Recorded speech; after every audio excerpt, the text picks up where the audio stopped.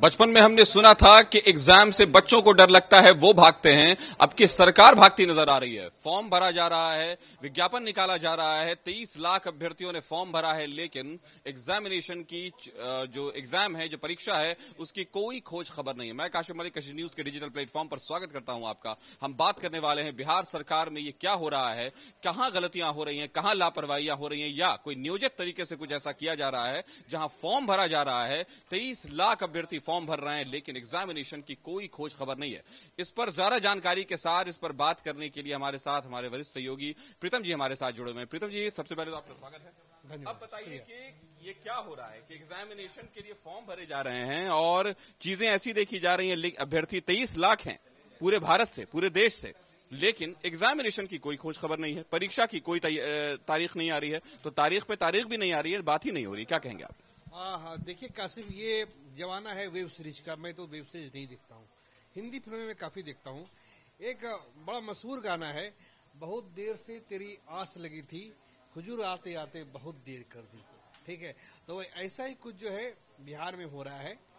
बिहार कर्मचारी चयन आयोग, जिसे हम लोग BSSC कहते हैं, इसने बहाली निकाल दी, विज्ञापन निकाल दिया, फॉर्म भी ले लिया। 3 महीने का वक्त दिया इन्होंने फॉर्म भरने के लिए।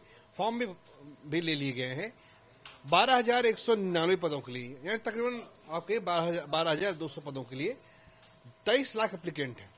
23 लाख लोगों ने आवेदन दिया है और अगस्त में आवेदन लेने की प्रक्रिया खत्म हो गई है। पूरा 9 महीना बीतने को है, लेकिन अब तक इस पे कोई जो है मतलब की कार्रवाई नहीं हुई है। बीच बीच में जो है फॉर्म में सुधार करने के लिए वक्त दिया था BSSC ने, लेकिन अब तक ये तय नहीं हो पाया है कि आखिर बहाली कब होगी। जो हमारे सूत्र है, जो हमें जानकारी मिल रही है कि आयोग में इस बात को लेकर मंथन चल रहा है कि 23 लाख लोगों की परीक्षा लेनी है, तो उसके लिए माइक्रो लेवल तक आपको एग्जामिनेशन सेंटर बनाना पड़ेगा। ठीक है, केवल अनुमंडल स्तर नहीं, और एक तो हो गया जिला, अनुमंडल, आपको संभव है कि आपको प्रखंड स्तर तक भी आपको जाना पड़ेगा। अब परीक्षा ऑनलाइन मोड में होगी कि ऑफलाइन मोड में होगी, लेकिन अब ये लगभग तय लग रहा है कि परीक्षा जो है वो ऑनलाइन मोड में होगी। लेकिन आयोग को ये चाहिए कि अगर आपने फॉर्म भरा लिए हैं तो परीक्षा भी ले लीजिए।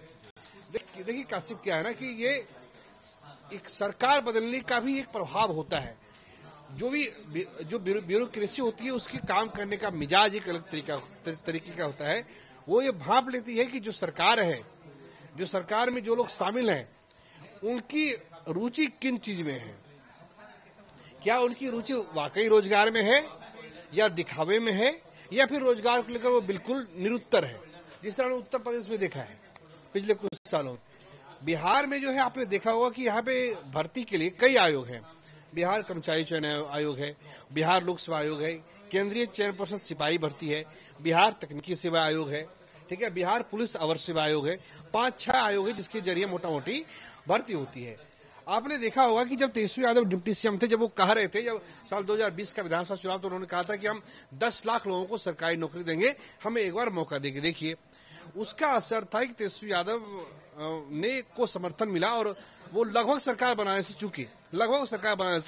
चूके। जब सरकार में जब भाजपा थी 2020 से लेके 2022, 10 अगस्त 2022 को वो दोबारा नीतीश कुमार बन गए RJD के सपोर्ट से, तो फिर चूंकि तेजस्वी यादव ने ये घोषणा की थी कि हम रोजगार देंगे लोगों को, सरकारी नौकरी दे के रहेंगे, तो उसी प्रयास में सबसे पहले शिक्षक भर्ती हुई, जिसमें 2,70,000 लोगों का चयन हुआ। और उसी कड़ी में बिहार कर्मचारी चयन आयोग के जरिए 12,199 पदों के लिए बहाली निकाली गई और 23 लाख के आसपास एप्लीकेंट है। और सरकार से ये सवाल पूछा जाना चाहिए कि आखिर उसकी प्रायोरिटी में रोजगार है या नहीं है। प्रीतम, आप कह रहे हैं कि सरकार की प्रायोरिटी में, सरकार की प्राथमिकता में रोजगार यानी एम्प्लॉयमेंट है या नहीं। ये एक तरह से कहा जा सकता है नीतीश कुमार, जो रोजगार का बड़ा दावा करते हैं, उनका कहना है कि उन्होंने बहुत सारी नौकरियां दी हैं, उन पर उनकी सरकार चल रही है, NDA की सरकार चल रही है। तो क्या आप कह रहे हैं कि उनकी जो मंशा है वो नौकरी देने की नहीं है, रोजगार देने की नहीं? आपको याद होगा कि जब बिहार में जब तेजस्वी यादव 10 लाख नौकरी की बात कर रहे थे, तो बड़े बड़े सरकार के लोग कहते थे कि पैसा क्या बाप के यहाँ से लाओगे, पैसे कहां से दोगे, पैसे सैलरी कहां से आएगी। तेजस्वी यादव ने वो करके दिखा दिया। कि हमने अगर नौकरी दिया है तो नौकरी के जरिए रोजगार पैदा होता है, नौकरी के जरिए पीएफ का अकाउंट खुलता है और नौकरी के जरिए भी पैसा बाजार में सर्कुलेट होता है। अगर किसी बंदे की सैलरी 50,000 रुपये है और साल में अगर 6 लाख रुपए मिलते हैं, जाहिर सी बात है कि दो चार नए पैंट भी खरीदेगा, बाइक नहीं है तो बाइक खरीदेगा, पुरानी बाइक है तो उसकी जगह नई बाइक खरीदेगा, फिर जाएगा। और जो है इससे बाजार में पैसा जो है, जो मुद्रा होती है, जो लिक्विडिटी होती है, वो उसका पूरा संचरण होता है, उसका फ्लो बढ़ता है। खैर हम उस पर नहीं जाएंगे। मुद्दा ये है कि बिहार में बेरोजगार अभी भी बहुत ज्यादा है और एक तरफ अगर बिहार लोक सेवा आयोग यानी बीपीएससी अगर 5 महीने में 2 लाख लोगों की बहाली ले सकता है, 2 लाख लोगों को का रिजल्ट जारी कर सकता है, तो बिहार कर्मचारी चयन आयोग को इसमें क्या दिक्कत है? वो आखिर क्यों बहाली का विज्ञापन लेके फॉर्म लेके भूल गया है? और ये इसकी पुरानी बीमारी रही है। 2004 में पहली बार बहाली हुई थी, प्रथम इंटर स्तरीय संयुक्त परीक्षा। मैं आपको बीच में रोक रहा हूं, मैं पूछूंगा कि इसमें सुधार की क्या गुंजाइश है, किन तरीकों से सुधार किया जा सकता है? क्या ये उस एजेंसी का प्रॉब्लम है, क्या ये उसकी समस्या है, या एकदम कह सकते हैं सरकार का ये कलेक्टिव फेलियर है? देखिए, दोनों का है, दोनों का फेलियर है। अगर सरकार में जो सरकार की जो समर्थन करने वाली पार्टियां हैं, उसका फोकस कहाँ है? एक होता है एक दबाव समूह जिसे हम लोग प्रेशर ग्रुप कहते हैं, वो काम करता है। आपने देखा होगा कि मनमोहन सिंह की सरकार में प्रेशर ग्रुप के रूप में लेफ्ट के लोग काम करते थे, ठीक है। इस सरकार में जो है कुछ लोग अलग से काम करते हैं। केंद्र सरकार की बात कर रहा हूं। बिहार में क्या है, तेजस्वी यादव ने कहा कि नहीं, आपको देना पड़ेगा, आप पैसे कहां से लाइएगा, वो केंद्र सरकार। तो आप कह रहे हैं कि जो प्रमुख विपक्षी दल है वो एक प्रेशर ग्रुप की तरह काम कर रहा है? नहीं, जो सत्तारूढ़ दल है, जो भाजपा है, जो चिराग पासवान की पार्टी है, जो उपेंद्र कुशवाहा की पार्टी है और जो जदयू है, क्या इसके लोग इच्छुक है कि नहीं? क्या ये चाहते हैं कि क्योंकि बिहार में अगले साल विधानसभा चुनाव होना है, उससे पहले बहाली दे दी जाए, ताकि ताजा बहाली हुई होगी तो उसका ज्यादा से ज्यादा जो है हम गेन कर सके। सरकार की एक पॉलिसी ये भी हो सकती है, लेकिन सरकार की सियासत के चक्कर में नुकसान बिहार के लोगों का हो रहा है, ये देखना पड़ेगा। तो नुकसान बिहार के लोगों का हो रहा है। एकदम बिल्कुल संक्षिप्त जवाब मैं आपसे जानना चाहूंगा कि जो बिल्कुल अलग है इस मुद्दे से, 12,199 सीट और उसके लिए 23 लाख अभ्यर्थी देश भर में, तो ये अगर पूरे देश के रोजगार और बेरोजगारी के पैमाने को देखा जाए तो संक्षिप्त जवाब दें, क्या कहा जाएगा?